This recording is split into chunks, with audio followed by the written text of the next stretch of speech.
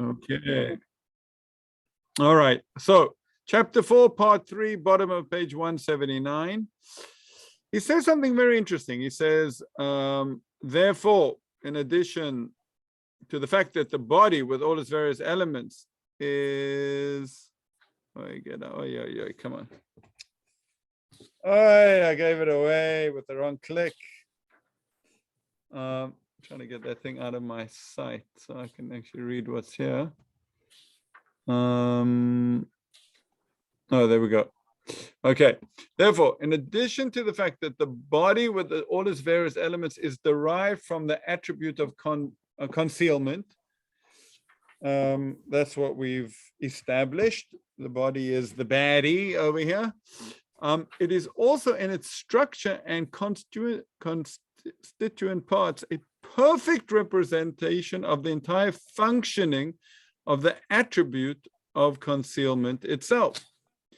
The soul, too, is a perfect representation of the entire functioning of the attribute of revelation. This is something unique to the human form which was created, not true of giraffes. As the verse states, in our image and after our likeness. This means that the human form is a perfect representation of all the ways God's attributes act upon the world. So, here is your 17th definition of what does it mean that we are in the image of God. Now, I think what's very useful over here is that the Ramchal uses the Ramchal really again. The Ramchal is very good in his explanation in terms of these words, right? All the commentaries are bothered, right? Where God says, "Let us make man in our image, in our likeness." Who are you talking to, right? Right? Who's how's it go? Who's we, white man? Whatever. Okay. So who is God speaking to? So by the way, I love Rabbi Twersky. Are any of you Rabbi Abraham Twersky fans? Read a little bit. Have you ever read anything of his? Anyone else? I don't think so. Okay, I really recommend it. Pick up an Abraham Twersky book. He's of Hasidic descent, of huge intellect and great humor. What more could you want? So he says, it's not his, it's a Hasidic tradition. God was speaking to man, right? Let us make man in our image, in our likeness. We got to do this together. But according to the Ramchal, he's talking to the midot, right? Meaning that God's attributes, his attributes of concealment and his attributes of revelation. Now, the attributes of concealment are many. The attribute of revelation we'll see is one, but put all together, those are the attributes that God is using in the knowing God's plan, the precise system through which God directs every aspect of existence, right? So that's who God is speaking to, as it were, and that's what man is made up as. So we represent this little,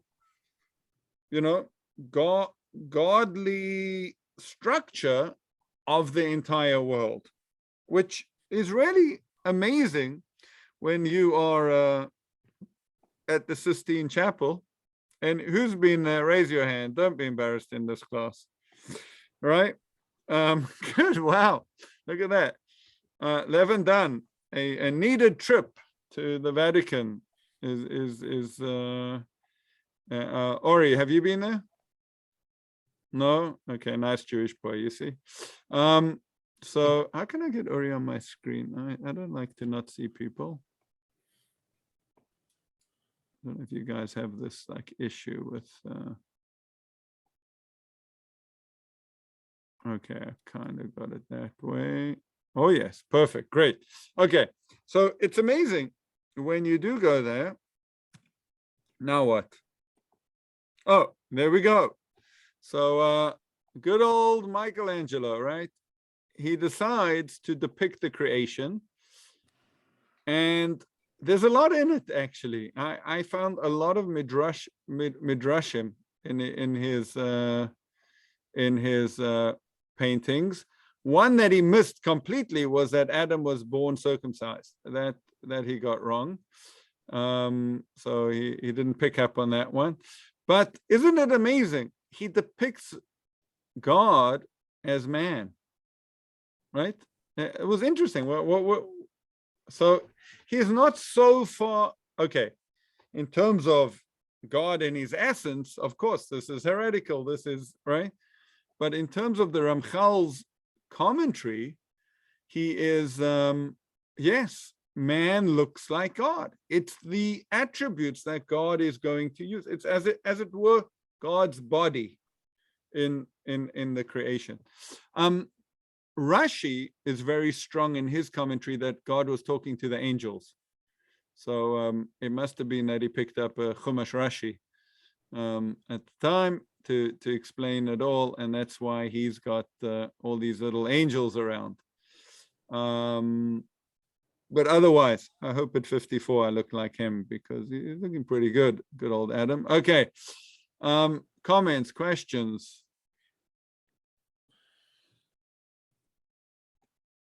Okay. Let's see how this works. Let's see how this works. So it's very interesting. You know, people speak about we're in the image of God, and you know, we give that such a wishy-washy explanation. Sometimes he gives very precise examples of what that means. So the eye.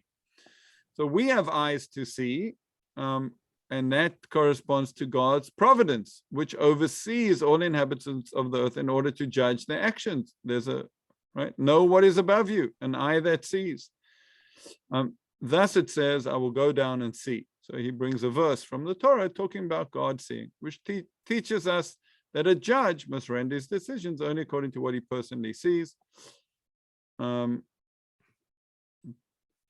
Actually think that's a bit of a mistranslation here. What are we on? Page 185.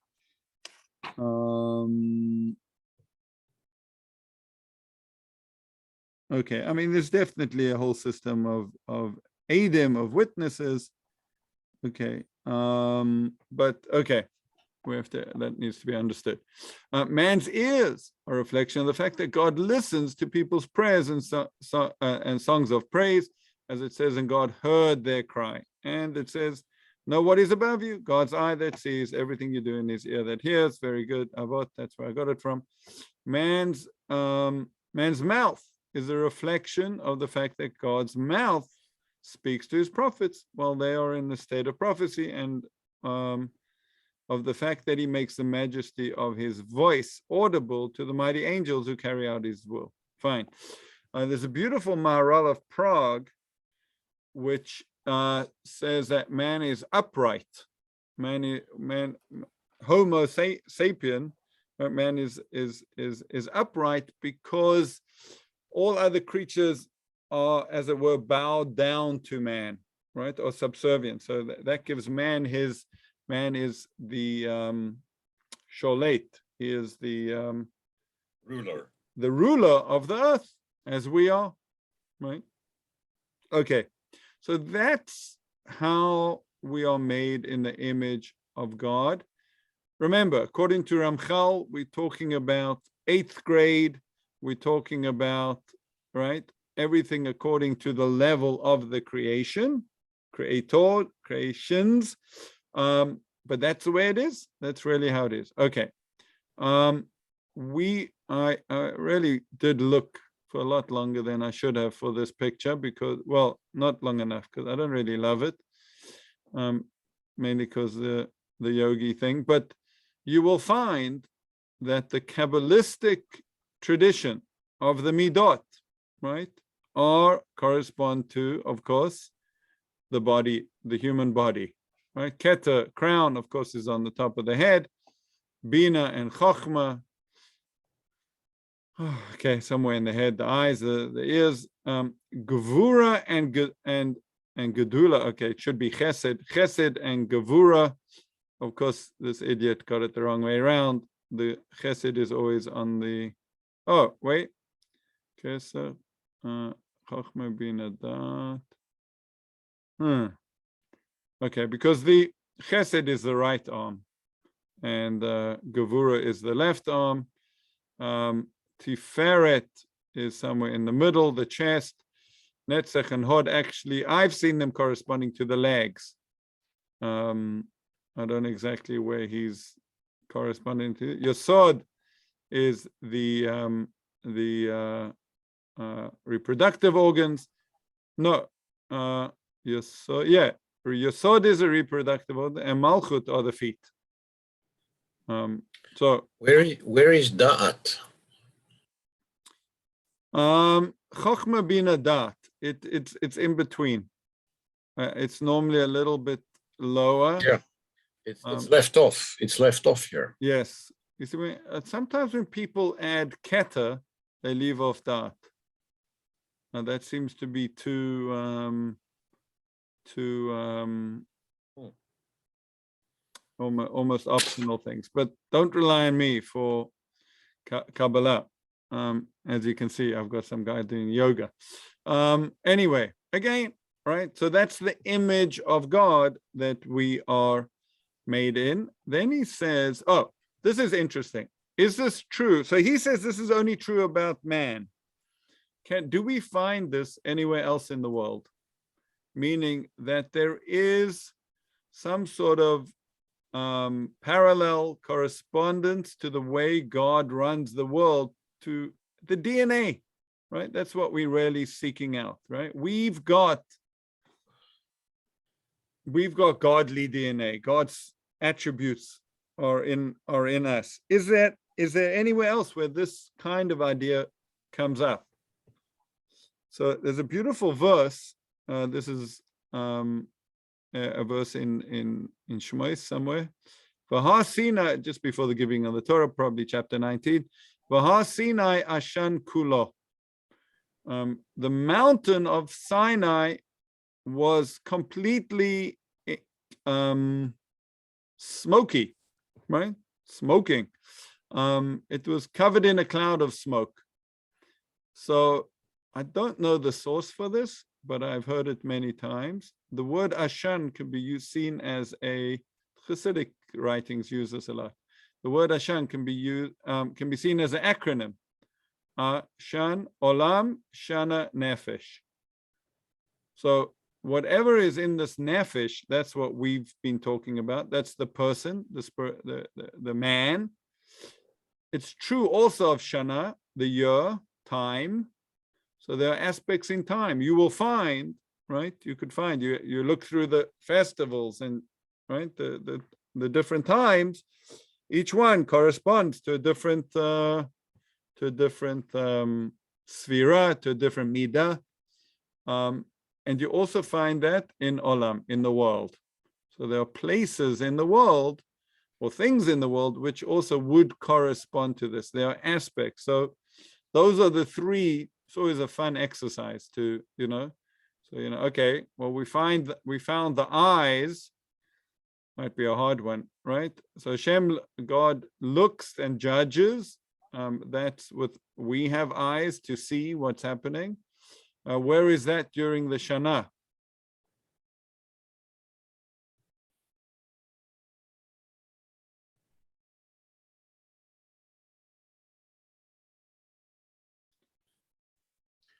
Are you saying like the year within the holiday cycles, that sort of thing? Yeah. I mean, I'm thinking there's a verse that says God's eyes are on the land from the beginning of the year to the end of the year. But you're about to say corresponding to? I was thinking of the period between Rosh Hashanah and Yom Kippur when your actions are judged and watched. Right. So that's what the Talmud says. God's eyes are on the land from the beginning of the year to the end of the year. It says in the beginning of the year, he decides what will be at the end of the year. Right. So exactly, that would be the Rosh Hashanah Yom Kippur time. Where is that in the world? Eyes of the world, Gil, no. Good Thought call. there'd be a dead joke there. There's a Grateful Dead song. Anybody? Eyes of the world, no. Lev knows. Yes. Where are they, Lev? Where are the eyes of the world? We are the eyes of the world. Oh, we are? Okay, so Yeah. that's already in the Nefesh. Now I would maybe it's in the temple that that we would come and be seen, and to maybe see the right, as it were. We are seen 3 times a year on the pilgrimage festivals. I'm not sure about it.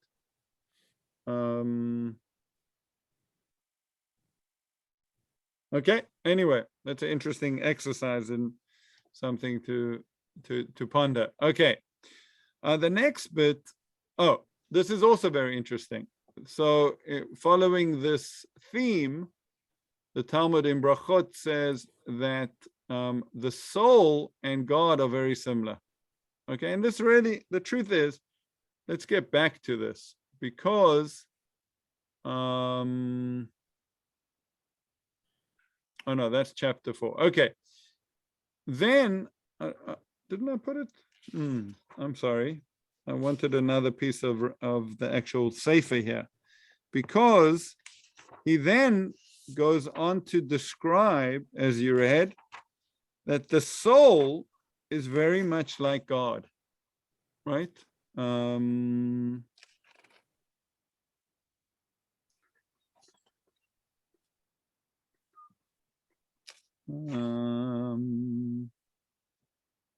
Right, if we look on page I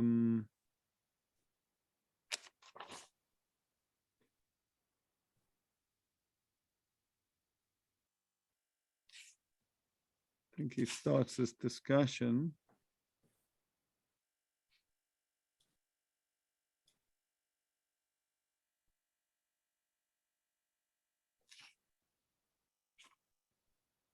Yeah, on page 186. Let's actually look at a little bit there.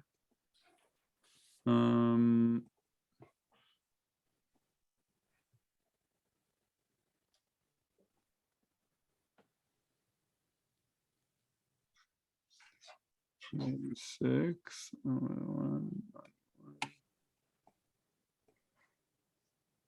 Okay, so that's the body. Oh no, come on. How can I go to 185 to 187? Okay, if you got your book there, go to 186 and the second paragraph. In contrast, the attribute of God's perfection.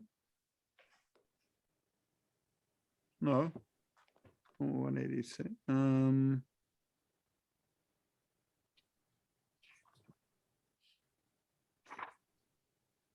Okay, in contrast, the attribute of God's perfection is absolutely one. As I've mentioned, its nature is to predominate over all imperfections in order to perfect them. It has no divisions within it. Rather, it acts equally, perfecting whatever needs to be perfected. So, this attribute of echad, of the oneness of God, the perfection of God, the toiv, the good of God, that's eventually going to be revealed in the world, is actually one koyach. It's one power, and that is to perfect everything. It's right. The same holds true for the soul. So the soul, which is created, right, which is created by the revelation of God's perfection. That's what it is. And the purpose of the soul is to do what God's going to do for the world, right? The soul is to overcome the imperfections of the body and perfect those. So the soul behaves like God. And right now, again, God's attribute of perfection. It's an attribute. I don't think we can say I want to know how you guys read this, but I understood that he meant God's attribute of perfection corresponds to the soul, not God himself, because we know nothing about God himself. Did you agree? You agree with that? Good. Okay. So there's that part of us. That's the neshama, right? That's what we call the neshama, that part of God, where it were. Chelek Elokam ima'al. It's that attribute of perfection within a person. And it's one, there's a unity to it, and it, with that unity and that goodness and that perfection, it has the power to perfect everything else. So, right, and then he brings from a Midrash Zohar. I thought the Gemara was actually easier. So this is, I found this in the Talmud. He does not bring this, but it's a very similar idea, that just as the Holy One, blessed be he, fills the entire world, so too the soul fills the body. So, right, the body is the body without a soul is dead, right? It's unanimated, right? So that's one of the qualities of the soul's work. Just as the Holy One, blessed be he, sees but is not seen. So God, in his attribute of oneness, right, is always there, present, knowing, seeing, acting, but cannot be seen. Remember, right? He called that he kept on calling that attribute of God's oneness as to be revealed, but right now cannot be seen. So the next one sustains the entire world. It's very similar to filling the entire world. I'm not exactly sure what the difference is. It's pure, so to the soul is pure, right? It's made through ha'arat panim. It's made through this attribute of perfection. It resides. I don't really know what this is referring to, but it's hidden, right? Just as the Holy One, blessed be, resides in a chamber within a chamber, so too the soul resides in a chamber within a chamber. And that's why for many people it's very hard to even know that they have a soul. But it's a hidden aspect of man. Okay. And that is chapter 4, part 3. Okay. Would anyone like to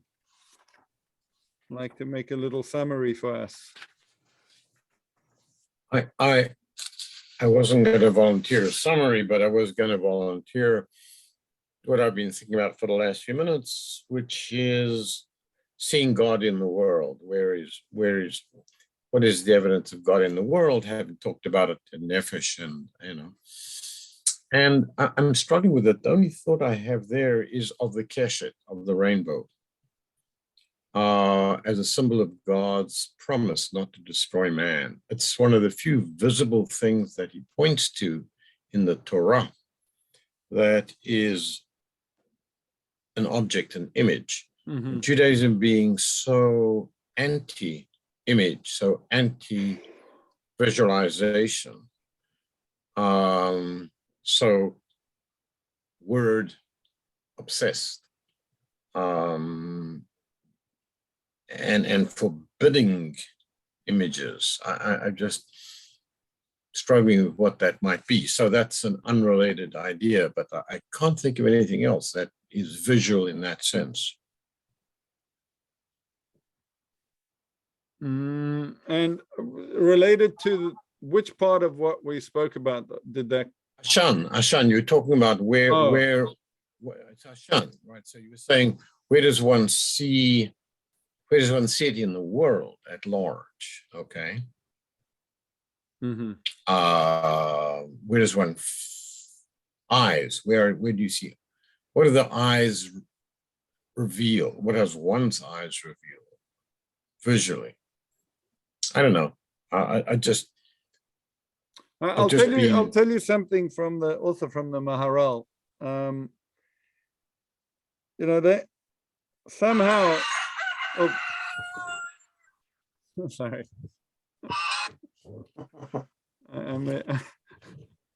When we were נותן in, לשכבי, הנותן לשכבי בינה. I, it's a good party joke. But in Belize, there was this cock crowing. It just wouldn't stop. So eventually I videoed it.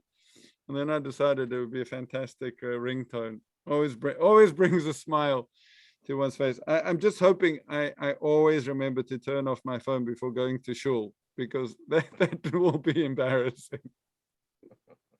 Maybe I should do it when the chazan says "Notein lesechvi," right? Yes, absolutely. Okay. Uri, the Maharal. Maharal says like this. You know, he says there's a midah of chesed, there's a midah of din, there's a midah of rachamim, right? Now, okay, that's hard to put into the physical body. We know that, you know, the chesed is the right arm, din is the left arm, tiferet is, you know, rachamim's in the chest. You know, put it this way: the Talmud says your children you should push away with your left arm, draw close with your right arm, right? It's kind of, you know, whatever. The left is the disciplining side, the right is the more loving side, and there's purpose in saying the right hand, which is normally stronger, is the one of drawing close, right? You always, after you beat your kids up, always make sure you overcompensate. That's what the Talmud say. Hence Jewish child rearing behavior ever since. The Maharal says when we eat the food that God gives us, says basic nourishment is din. God he created us, he's got to feed us, you know. So porridge is din. Chesed is that there's something, it's tasty, right? It's the tastiness, it's the sugar that sweetens the porridge. That's chesed. It's loving. It's food tastes great. Didn't have to. And I think he says rachamim is what did he say? He does say something about it in the food.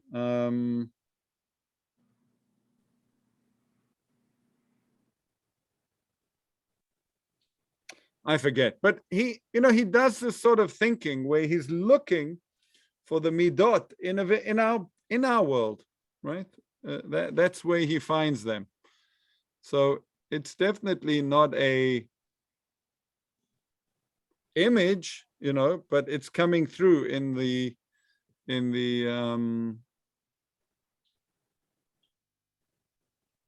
world.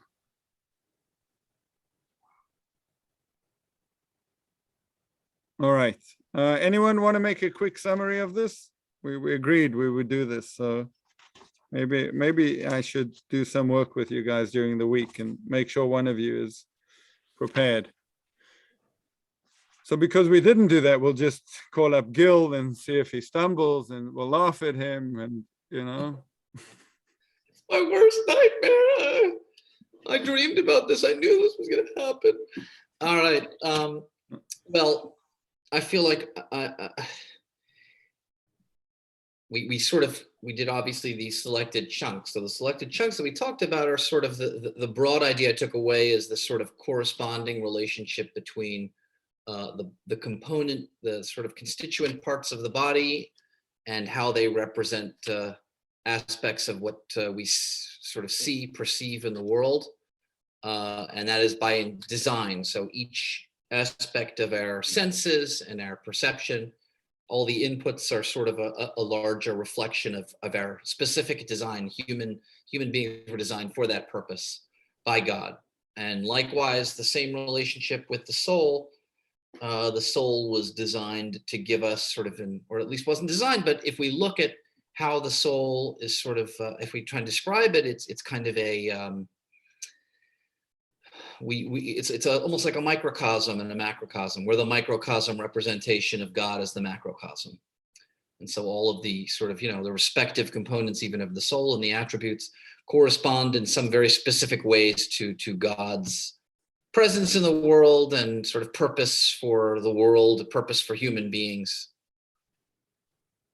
It's all connected, in the words of Total Recall, a bit player in Total Recall. It's all connected.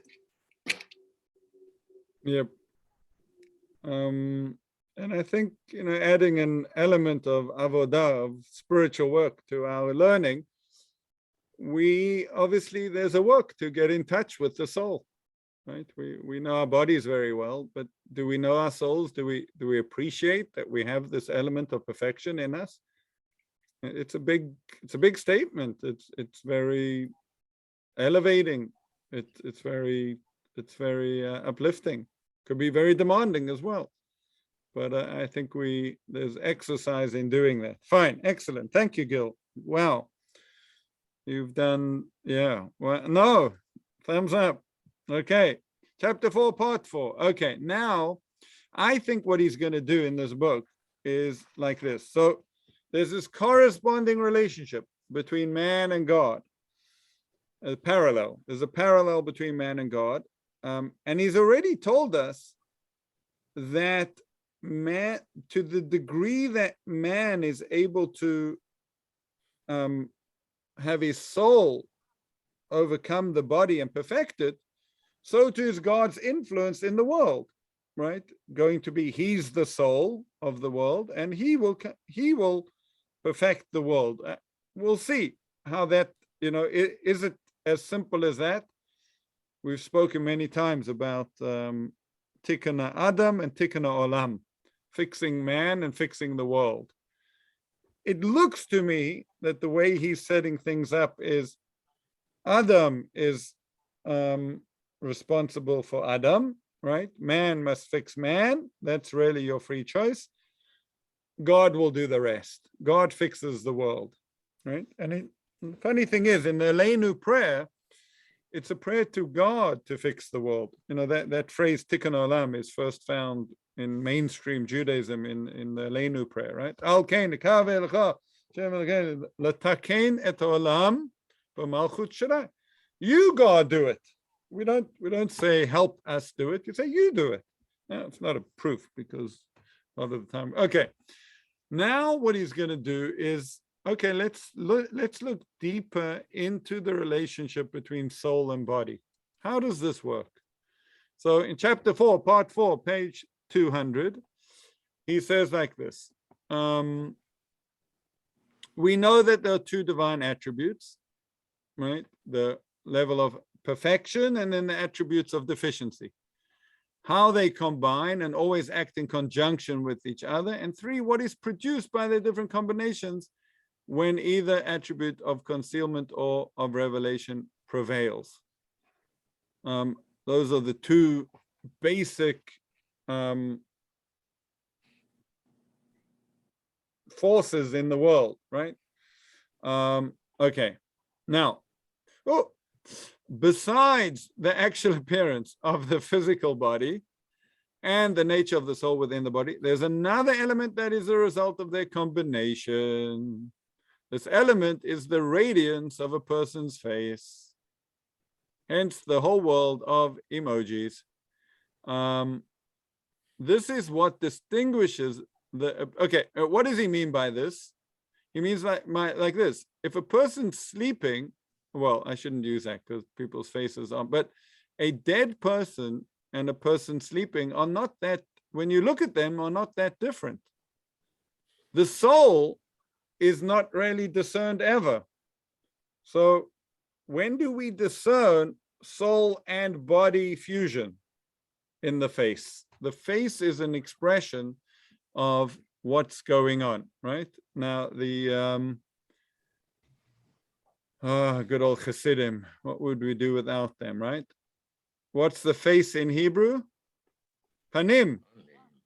Panim also comes from the word lifnim, which means before or inside. So the panim, sheina ponim, yeah, is a reflection of how you can see it on their face. You can see it on our face. How are we doing? So he mentions this. It's an interesting point. This is what distinguishes the appearance of a living person from that of a dead one. Furthermore, even a change in the way the soul resides within the body at a particular moment is reflected in this facial radiance. A sick person's face is, which one is sick? Yeah, this guy here. Oh, he might be angry. Okay. That's part of the combination. It might be this guy. By the way, these are all the same. Okay. Why is this important? He says it's important to know how prophecy besides Moses. So Moses saw something called Aspaklaria Meira, clear screen, right? He didn't need any images. All other prophets saw images, and they interpreted the images to what God wanted them to understand. So they saw people, right? I know we're against, as Uri just said, right? We're an anti-image people, but it's clear that the prophets imagined God with an image, and they learned from that to if God looked like this, things were good. If God looked like that, we had to be worried. And if God was looking like this, it was very... And when God turned his face away right from man. Right. That's not good. So yes, so that's another interesting aspect of the person, of this interaction between soul and body, and it has this part in prophecy. I'm sure he's going to use this point again, because he does that all the time. Kind of introduces something, you're not quite sure why, he gives some sort of a reason, but then later on it becomes much more understandable. Okay, now from pages 207 to 215, he really seems to go on one theme and really speaks it out in great detail. There are three basic ways the soul and body relationship can work. The soul has total dominion, the body has some influence, and the body has total dominion. So, here one is completely in charge, here there's a sort of partnership, and here the other is completely in charge. Bad marriage, good marriage, bad marriage. No, okay. Let's look at how they work. So he says the soul has total dominion. I think that in terms of what he goes on to say, let me break this down into 5. I think that's level number 1, meaning a body without any influence. It's just a perfect vessel to contain the soul. Again, he says, why do you need one? He gives his reason that, you need to reward the body. I'm still not convinced, but it is there. It's in his thinking. I'm going to jump to the body, the bottom here. The body has total dominion, is what we know. That's the world we live in. The body is dominant, the man of the house, right? That's our physical world. And within that, he breaks down 2 more subcategories. It doesn't mean you can't be holy, right? Our bodies are totally awake, functioning, dominant. We're very physical, yet we can do things with holiness, right? We can come together to study Torah, to become more elevated, to beautiful. We're using our bodies. I'm speaking with my mouth, your ears, everyone, right? And nothing's not working, I hope, of the body. And then you can do things without holiness. So, and that's really our free choice right here. The body is dominant. That gives us free choice. The soul needs to fight against that. It can either elevate it with holiness or go down with it without holiness. Now, when the body has some influence, this is very interesting. He says the first level up, which I think is very high level actually, is Moses on the mountain for 40 days, 40 nights. He's in his physical body. It didn't change per se, but it conformed to the spiritual place. So no eating and drinking necessary, right? It was able to behave on that level. And then he speaks about two other levels, which he doesn't give great examples for when this happened and who it happened to, because it probably hasn't happened yet. Since probably Moshe on the mountain is the greatest a human ever reached. But the body, I think number 4 is actually easier to describe. It has a general influence. You're aware of your body. He says it's like fatigue. It's a general feeling, nothing particular, nothing specific really making an influence. Although you're perfectly healthy, but something's fatigued you, so you feel a little fatigued. The body with specific yet refined influence, because this is above Moses on the mountain, right? We're going up here. So, let's say an example would be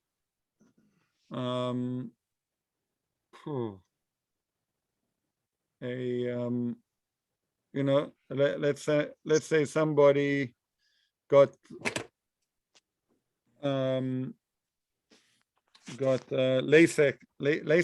LASIK surgery on their eyes, and instead of getting 20/20 vision, they managed to get 20/10 vision, which is kind of even better than your regular body. So there's the body, there's a specific refined influence that the body has, even though the soul is really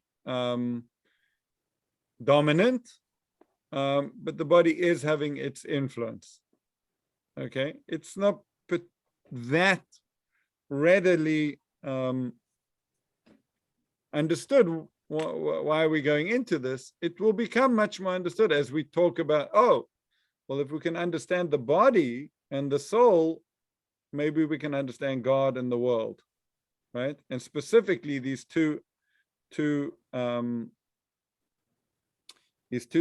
elements of the way God runs the world through perfection, or ha'arat panim, his enlightenment, his goodness, and through the tzimtzum and the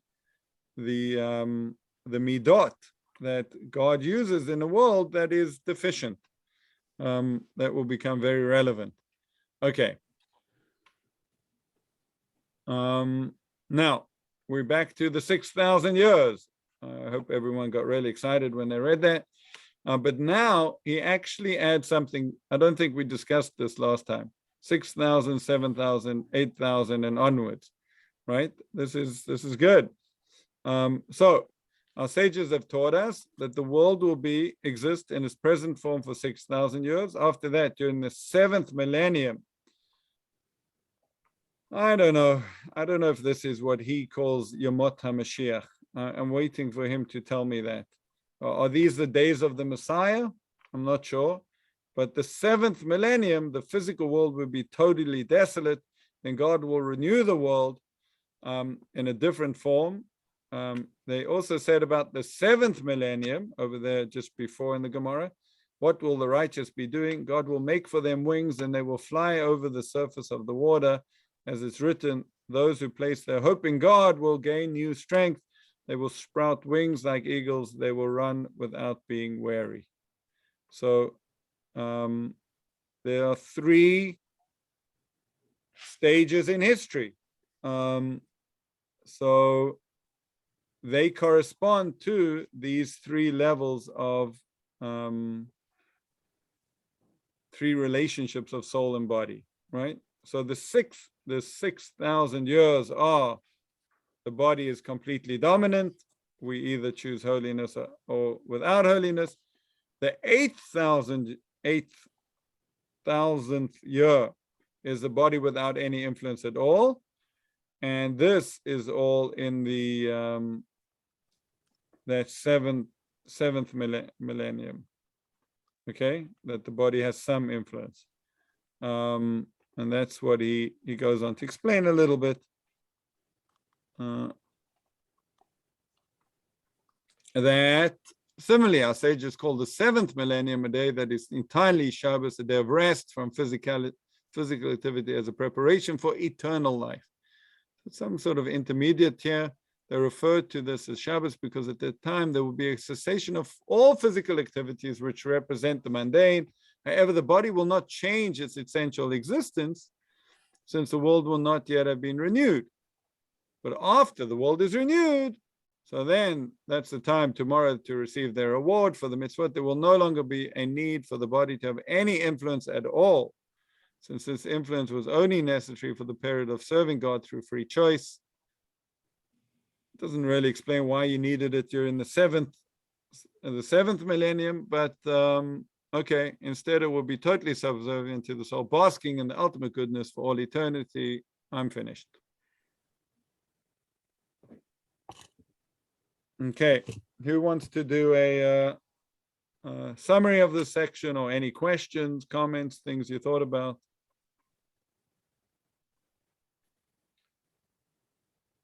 Question. When one dies in his system, then the soul is in effect frozen. It doesn't evolve further because the body doesn't influence it, cannot influence it anymore. Or does the soul, in fact, somehow evolve? Because in the 6th millennium or the 7th, the body is rejoined with the soul. You know what I'm saying? Yes, yes. He actually does. He says explicitly over here somewhere about the resurrection. But before the resurrection, the soul, in effect, is frozen. It got as far as it could, and then it becomes a soul, but it doesn't undergo further evolution. Correct? Yeah, so no, I think, I wish I could find chapter and verse, but I think way back, he said something like this. He said that the soul comes into the body. Now, over here, I didn't go into it, but one of the points was the soul starts off with huge potential, right? The soul is comes from a very high place. It's diminished, right? It's diminished in order to go into the body. What I understand by that is like the 8th grade Marshall, right? Parable. The soul is a professor, but it needs to deal with an 8th grader. That's the body. So in a way, it's diminished in terms of what it can really do, even though it maintains a sense of its perfection, right? It can perfect the 8th grade. But then when we die, the soul is rewarded what's called mida keneged mida, meaning that since the soul worked in the body and overcame some darkness and made what's called a kiddush Hashem, it enlightened this world, the body world. God rewards it for that and says, thank you for enlightening that part of my world. I will enlighten you. And the soul is strengthened through that. So, when we speak about, Kel Male Rachamim, right? Those prayers talk about the neshama in Gan Eden, B'tzrur HaChaim, enraptured in the wraps of eternal life. Yeah, our belief is that Gan Eden's a pretty good place, actually. That's the way I have understood this. Anyone else have an alternate explanation? Very open to hearing.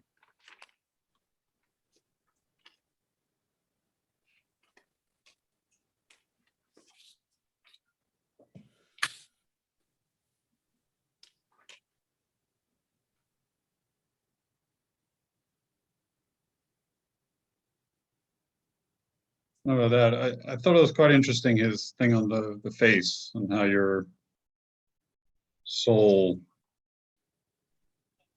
sort of shines through on what your face is. Like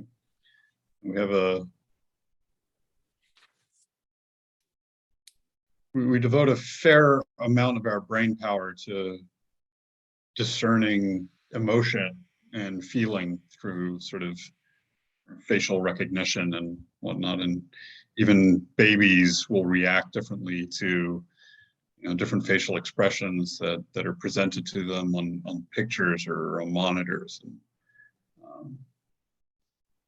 we're quite good at it without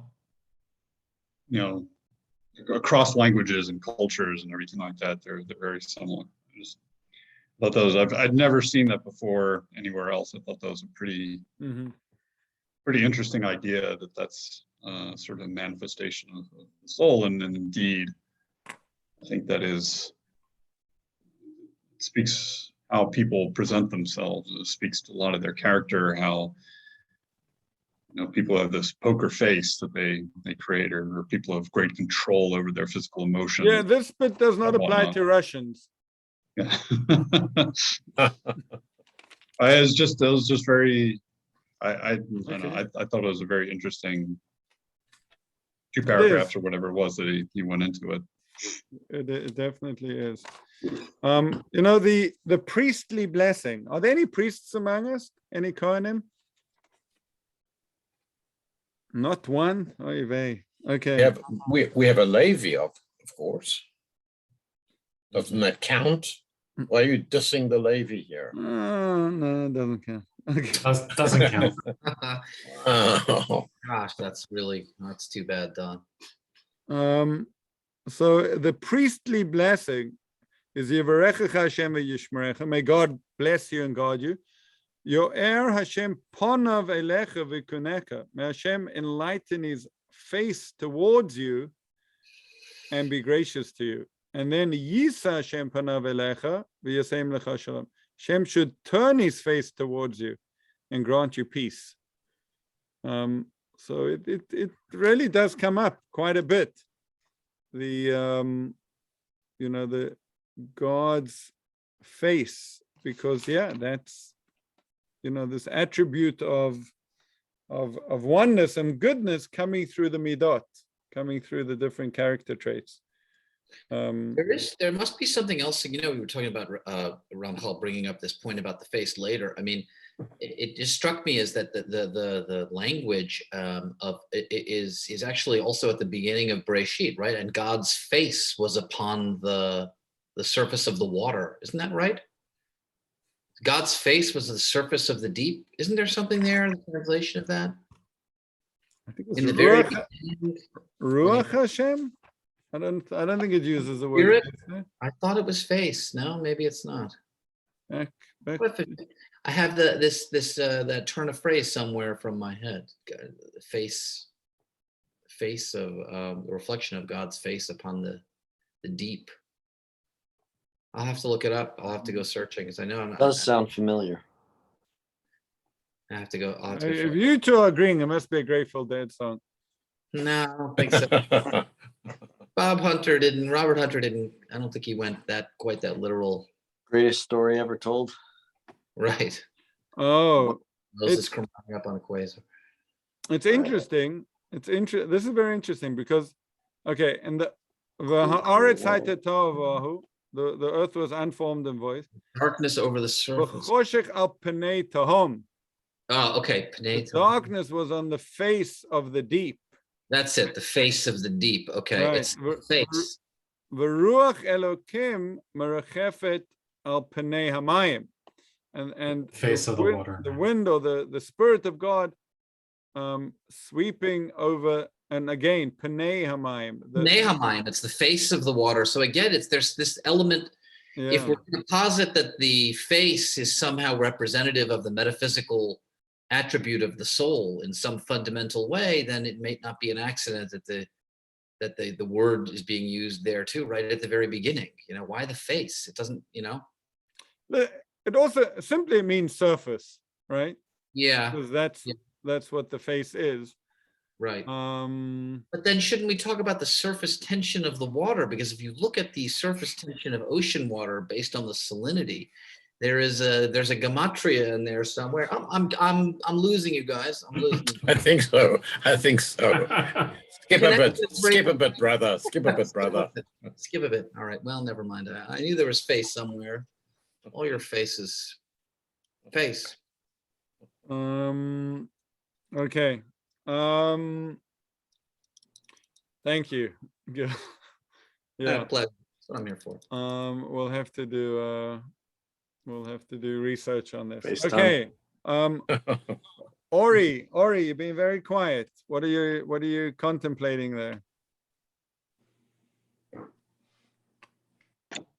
Face, the word panim in Hebrew also has the shorish of panim, also has one more meaning, and I think it'll connect with what Gil is saying.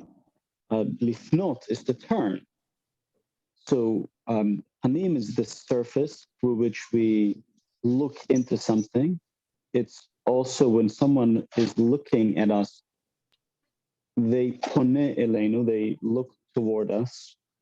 So there's a directionality from the person toward us, and there's our ability to see inside of them. So it's a neat triad.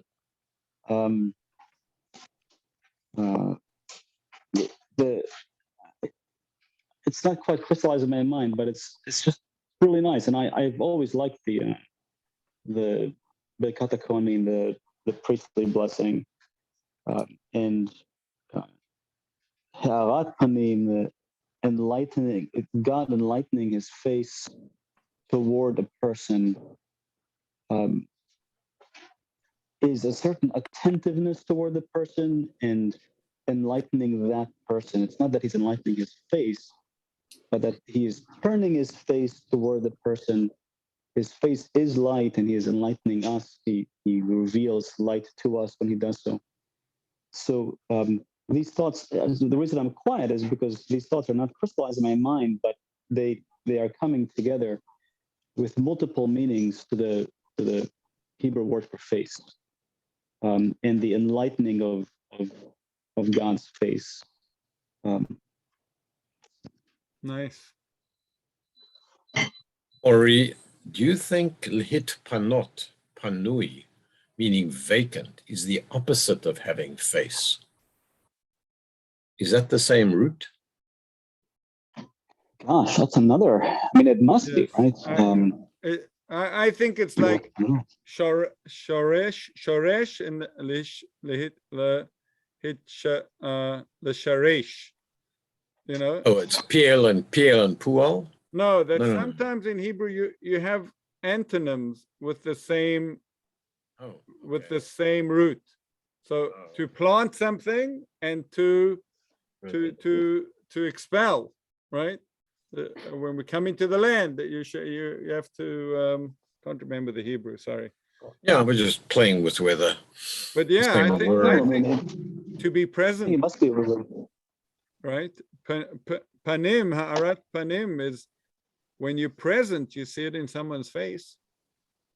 That, you know, that's Tevunot when would you mean to become facial towards someone. I mean, that's like literally what the Tevunot translates into, right? yeah, but the word panui means empty.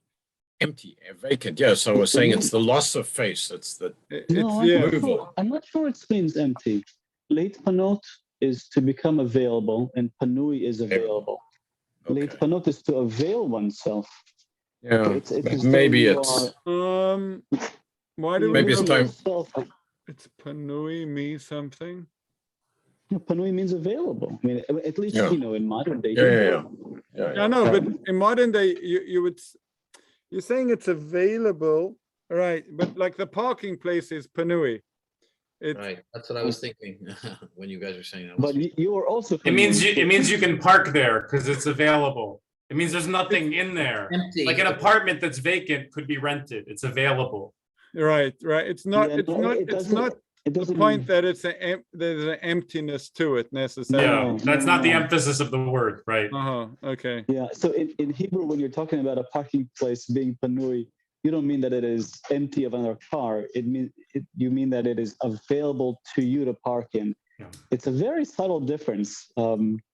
But I see why someone would think that panui means empty. It doesn't. Panui means available. That's And nice. so I think that Fits in with what we're talking about. You know, that you're present, you're available, you're So if I sharing your avail neshama with someone. yes, if I I avail wish I could do myself that more. towards someone. So if I avail myself to someone, I turn my face toward them, and in doing so, I'm now available to them.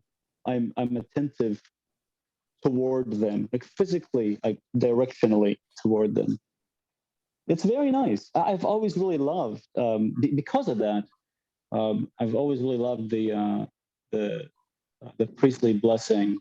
We're wishing that God will enlighten his face toward us, namely that he will be available to us, that he will directionally face us and pay us some attention. It's nice. It's really nice. I've always liked that. In Sephardic synagogues, when that blessing is said, the father takes the talit and puts it over his child, and then puts his hand over the child's covered head. It's a blessing that that the father dedicates to the child. It's almost that the father is asking that the Ha'arat Panim of Hashem will come to his child. I've loved that blessing always. I've rambled. I'll mute myself. Thank you for sharing. No, always interesting. Great. Okay, just to bring this down to what avodah, to spiritual work. How does one work on being more present, being more able to show one's soul through one's face to people? You know, some people have an unbelievable face, and I think it has a lot to do with their, I don't know. I don't want to confuse it with charisma. You know, sometimes you feel you're not quite sure if they're smiling at you because they want something from you or they're really happy to see you, right? There's always a dicey. But how do you actually become improving that? It's something I've always struggled with. I have a bit of a face, you know. That's where I think when I stop and I'm just by myself and I think I'm like, and that's where I appear to people sometimes. So, you know, how do we do that? Look in the mirror, smile. that doesn't work. Maybe. I have a great book recommendation. Yeah. That I actually read and started practicing sometimes. It really worked. In the 1930s, there was some guy that used to give lectures about how to increase your business acumen. And he would give these lectures nationwide in the United States. And people would pay and they would attend. He was very, very famous. I forget the guy's name. Are you talking about how to win friends and yes. influence people? Yes. Yeah, Carnegie. Dale Yes. Carnegie. Yeah, yeah. Yeah. So what did he say? How to so- do? Yeah, he. So his answer, his whole book is really the answer to your question. He talks about being attentive to other people. I'm not sure that he uses that word, but his attentiveness, he says, is not just a pretense of looking at them and saying, "How you doing?" But finding a personal interest in the person that you would like to be engaged with. Namely, you need to care about the other person. It's not just an exercise in making money, he says. It's an exercise in being truly attentive out of true, deep self-interest toward the other person. Wow. Okay, I'll have to read it again. No, I have never read it. I always thought it the title it kills me. Just to connect it back, so I think what you're saying is that people want to be seen. They want someone to face them and see them. Yes. Right. So if you do that with someone, it and kamaim apanim lapanim, right? Like water reflects the face. It builds on it builds. When you feel that connection to another person, you can be more attentive and more open. Okay, gentlemen, practice this on your loved ones till next week. Excellent. Good. Looking forward. I sent a clip to you guys. There's this other Rabbi Trugman, and I just stumbled over this video he put out yesterday. And he actually talks about the smoking Har Sinai. Oh, really? Yeah, I mean, it was the exact same quote that you put up, and I was like, you must have watched the video. I haven't. That's so funny. Yeah, so I sent it to you yesterday, but I just emailed it to everybody, and the way he, I mean, it's only like 5 or 6 minutes. It's a small little, whatever. We'll try. It's great. Okay. Really good. Talks about synesthesia and the bending of time and space and time all kind of coalescing into one. And he talks about the scientists and the universe, and it's pretty deep, pretty cool. Awesome. And just 6 minutes. Yeah, 6 or 7 minutes. I mean, Perfect. it's action packed. I mean, yeah, it's digestible. That's a lot. Yeah. Yeah. I wish you weren't the only one sending me these things. But yes, we will try. Okay, gentlemen, I'm going to give us a lot of reading for next week. Not sure we'll get through it, but let's try. So up to page 279, meaning up to chapter 5, part 2, including, right? To finish part 2 of chapter 5. So next week we can do chapters 5, parts 1 and 2. Excellent. Okay. Thank you. See you guys. Good night. Bye. Bye-bye. Okay, bye.